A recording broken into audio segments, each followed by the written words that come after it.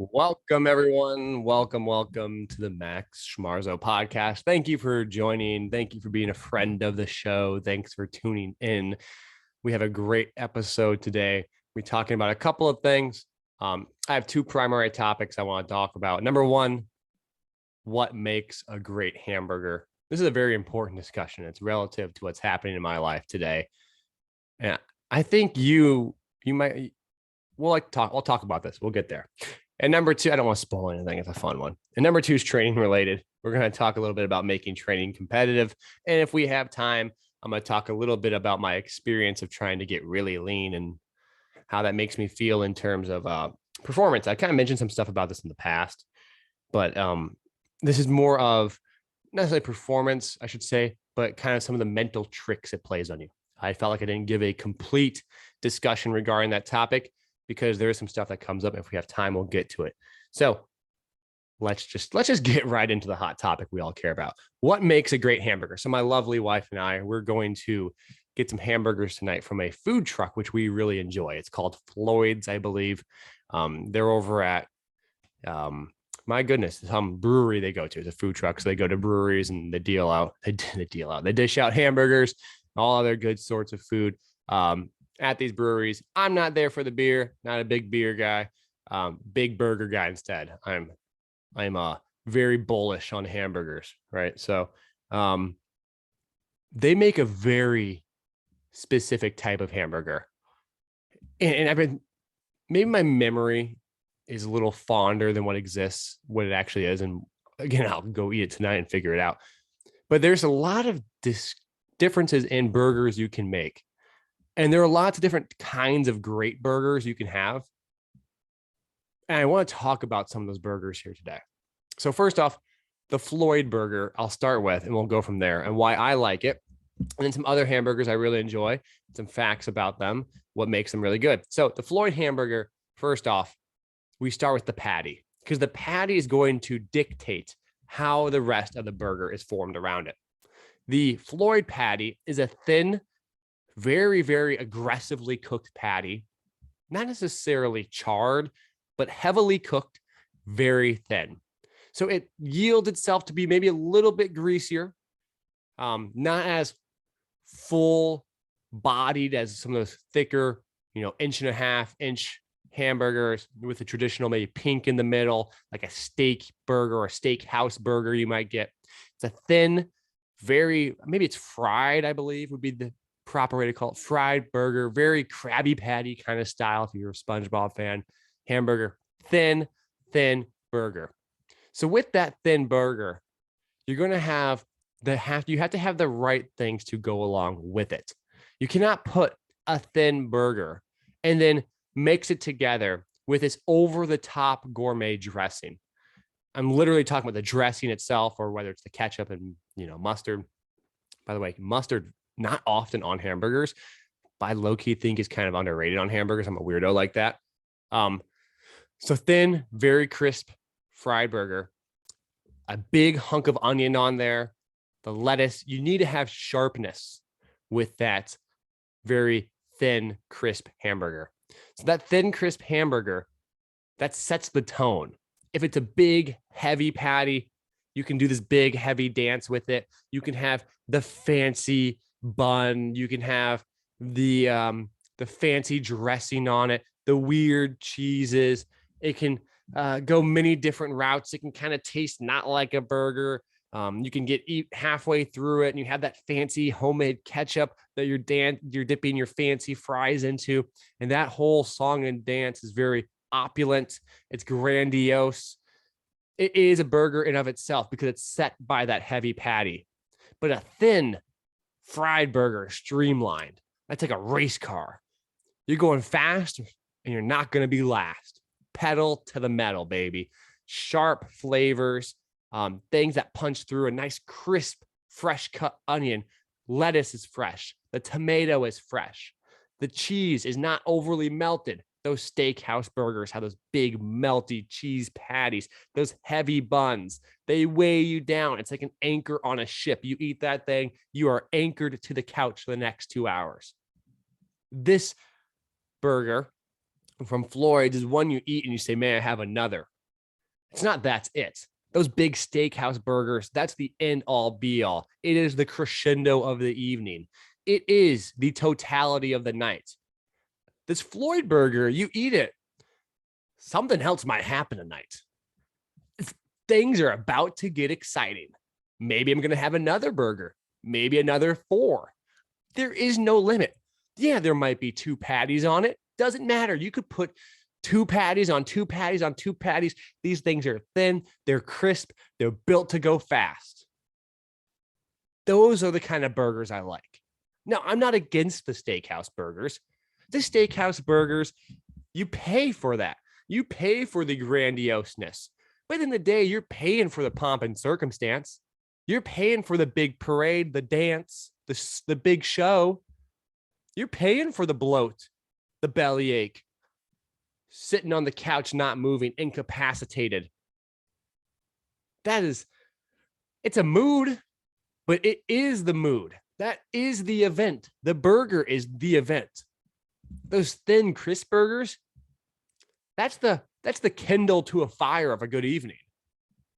That is the starter. It's the initial thrust of a rocket going into space. It's not the kerplunk of a rock in the water, like a big steakhouse burger. No. It sets the table. It is not the table that you crash into because you're so bloated from this massive steakhouse burger. You're trying to make your way to the kitchen to get some water because all you can think about is all the salt you just had. No. This is the type of burger you eat. You might race someone down the street after in a car that goes fast. It's cool. You might wear a leather jacket and eat this hamburger. You might go buy a pair of sunglasses, some aviators. You might eat this hamburger and go watch Top Gun 2.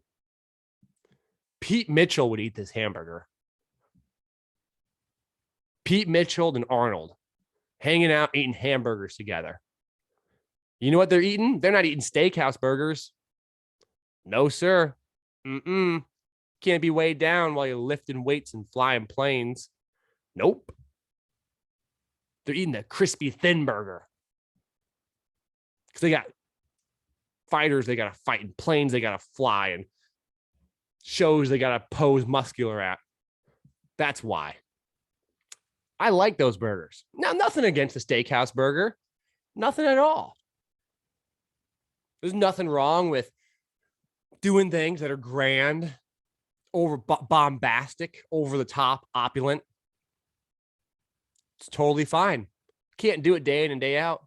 This thin burger, crisp, streamlined burger, I could eat every day. Feel great. Fabulous. Steakhouse burger, it's kind of that, I did it. Now what? I have to recover. The streamlined burger, you eat that? That is recovery. You're ready to go right after. Man, I'm hungry thinking about it. I'm excited to go get this Floyd's burger. Thin, crisp, live lettuce, live onions, not overly flavored with that weird green looking mustard and that funny tiny pickle next to it that's really small. Those steakhouse burgers, they have that weird small pickle. If you eat it, you go, ugh, what the heck was that? And they got some like olives, ugh, not on it, but on the side of it. You know what I'm talking about. Yeesh. That weird little pickle. What is that thing? I don't want that. I want a pickle. Sometimes thinly sliced. Lots of salt on my streamlined hamburger. Not that, you know what I'm talking about? That weird yellow mustard thing, pickle, a big heavy hamburger, weighs 45 pounds. One of the most, that and a black hole are the 2 densest objects in the universe. Nope. Streamlined burger, built to fly. It's the F-15 of hamburgers. Top Gun burger. That's my take on hamburgers. We'll leave it there for now. Steakhouse burger versus the streamlined, crispy, thin burger.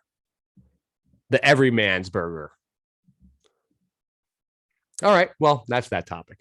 Topic number 2, what you might have actually came here for, is the training stuff. So recently, I was on the field with Chasen, and we're doing a field workout. By the way, these transitions between topics are just effortless, smooth. Seconds between the discussion of a hamburger and now how to make things more competitive. Not going to find that anywhere else. Let's continue. So I was on the field with Chasen, and we were going through some pogo work. Pogo hops are these jumps you do, light, elastic, quick off the ground. You've probably seen them. You kind of hopping, very classic plyometrics. We used a light bar in this one, a 15-pound baby bar. I love that baby bar. It's easy to take from the back of the truck, fits in the back of the truck, stays in the back of the truck, rattles around in my back of my truck because I forget I leave it in the back of the truck. When I turn my truck, I hear something in the back of my truck, and it's the baby bar smashing in the side. I go, oh, I should move that thing out, and I always forget. But beside that, it's in the back of the truck, and we use it for the pogos. Hop, hop, hop, 8 reps. But then I was like, man, I want to pair this with something because I like pairing things. It's fun to pair things. It's cool to pair things. It looks good on Instagram, but also it's actually pretty useful because why? You have the isolated exercise where you're trying to isolate a specific quality, that is the movement, quick elastic movement. And then I want to pair that movement into something more competitive using that same movement I just did. So in this case, we then went into we toss a ball up in the air and you got to try and tap it. And the rule of this game was I was going to throw the basketball at different heights. So Chasen was next to me or just in front of me, to my side actually. And I would throw the basketball in the air. And before Chasen had to jump and touch the basketball, he had to jump and touch it.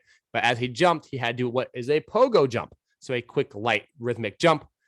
Try and touch it before it hits the ground. And the key thing is before it hits the ground. Because when I did this, I could throw it really high in the air or not as high in the air. And the point of doing that is so that he's not trying to time it up. He's not sitting there going to be like, oh, I'm going to jump now. No, we want to be reactive. And so by adding the variable heights, we made it reactive. And what was really cool about this is you made training fun. You made it competitive. You made it a game. And when you make it like that and you're outside and the birds are chirping and the sun is out, you get lots of really high quality reps. High quality reps are a good thing. High quality reps are where performance gains take place. And so it got me thinking about how we can continue to make things competitive. How can we make training fun? Fun and competition sometimes go hand in hand. In this case, it seems like it did. So in our training, we were looking for ways to make it fun, competitive, but also integrated with what we're trying to accomplish. So that's where these fun competitive pairings kind of came out of, was the idea of like, look, I want to isolate this specific quality of jumping. And then I want to put that same movement pattern under some sort of pressure to perform, but in a competitive setting. So we added points to it. You lost if you didn't touch it by the time you hit the ground, so on and so forth. So you toss the ball up in the air. Let me explain it really quick because I might have done a poor job the first time. You hop, you jump and try and touch the ball in the air. But if you hit the ground, not the ball, you hit the ground before you've touched the ball because they threw it really high and you mistimed it and you got to do a double jump, you lost. So it takes away the cheat factor. This is where things like keeping track of your velocity scores, keeping track of your jump heights. You guys have seen me use that machine thing where I hold it up in the air, the jump-a-thon machine. We got run, jump and touch it, makes it competitive and fun. You can go, the athlete can go, you can challenge each other by doing it. All those things are wonderful options, right? Now you can use velocity devices too. You can measure just your output, how fast someone moves something. A velocity device, for those listening who aren't aware, it just measures how fast the bar is moving. And in doing such, you have feedback. I know I moved the bar 1 meter a second because it told me so. Now I want to beat the speed of that. And what's really cool about that is innately it changes the perspective of the movement. So when I get feedback on the bar, I know it's 1 meter a second. Cool, wonderful. But in a traditional lift, let's just take a step back and we'll look at it like this. I'm traditionally just lifting. The goal and objective is to complete the lift the bar from point A to point B. It's not about lifting the bar from point A to point B as fast as you can. That's not typically the goal of lifting unless you make it the goal. And that's where adding velocity measured outputs is really useful because now you change the objective from lifting it from point A to point B as success. Now the objective changes from point A to point B as fast as I can. And now I can measure that output. I can see if I'm actually getting faster. And now I've induced a competitive environment from which I'm trying to have competition against either my previous best all-time record, my previous best rep of the day, or even another athlete that you are competing against. So it changes the mental framework from which we're doing the exercise. No longer is success determined by lifting from A to B, but now it's lifting as fast as possible. And those are the same neural outputs you get when you compete in a sport. You don't just try and jump and touch the backboard, or I'm not sure what sport, you're just jumping and touching the backboard. You're not trying to jump high enough to finish a layup. You're trying to jump as high as possible, dunk on somebody. You're being competitive. You're competing. You're not just trying to run fast. You're trying to be the fastest runner out there. All those things change the framework and how we are competing and playing. And if we can mimic that in training, we now have a wonderful means to provide a unique stimulus in which the athlete can compete. So it's not just about being fun. It's easy to make training fun. It's easy to make competitive. It's about making it fun and competitive, directed or centered around a specific stimulus. So as I go back to the pogo hop example, it's not arbitrarily jump and touch a ball. Ooh, wow, neat, fun. We did a specific movement that added an external load to an exercise or a movement pattern in which the pogo hop was the emphasis. Then I said, wonderful. Keeping that movement pattern as what we'd like to train it as, the pogo hop, we're going to play a game where it is constrained by you having to do a pogo hop and competing while doing a pogo hop. So it's not like, hey, let's just do the pogo hops and now arbitrarily do a fun game because fun is fun. No, let's do a pogo hop. Let's do a game centered around the idea of the pogo hop itself. Now we are competing and having to use that pogo hop in a competitive environment.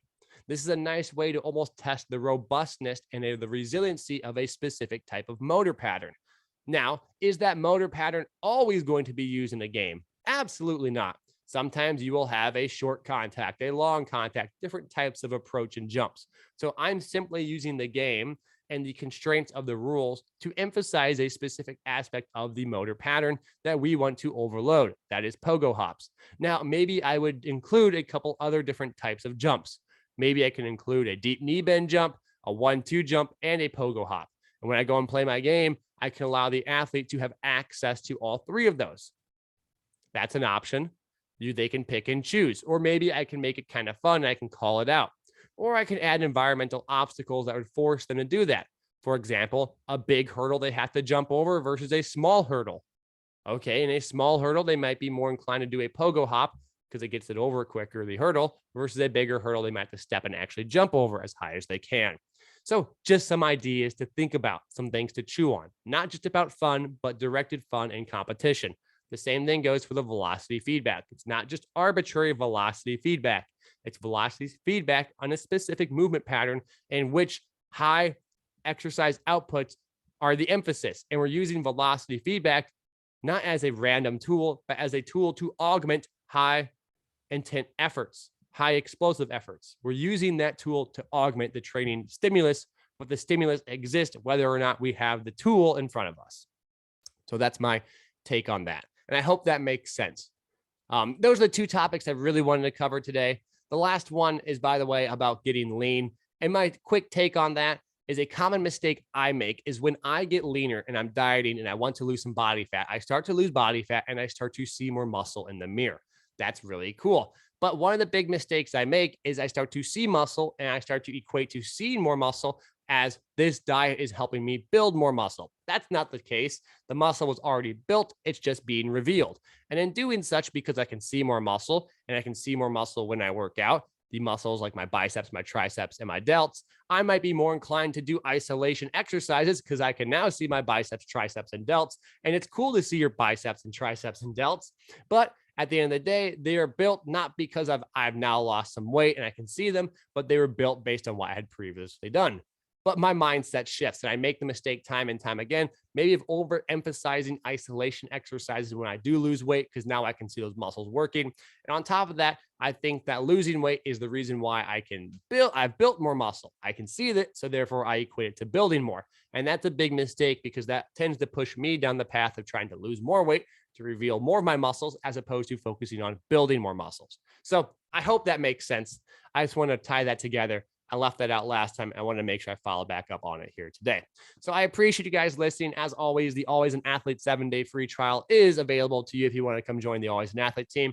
It's programmed by myself. I'm on the message board. I made the team because I still want to be an athlete, play sports that I love, play sports I like, and train in a way that helps support those goals. If that's something that you'd like to, feel free to check it out.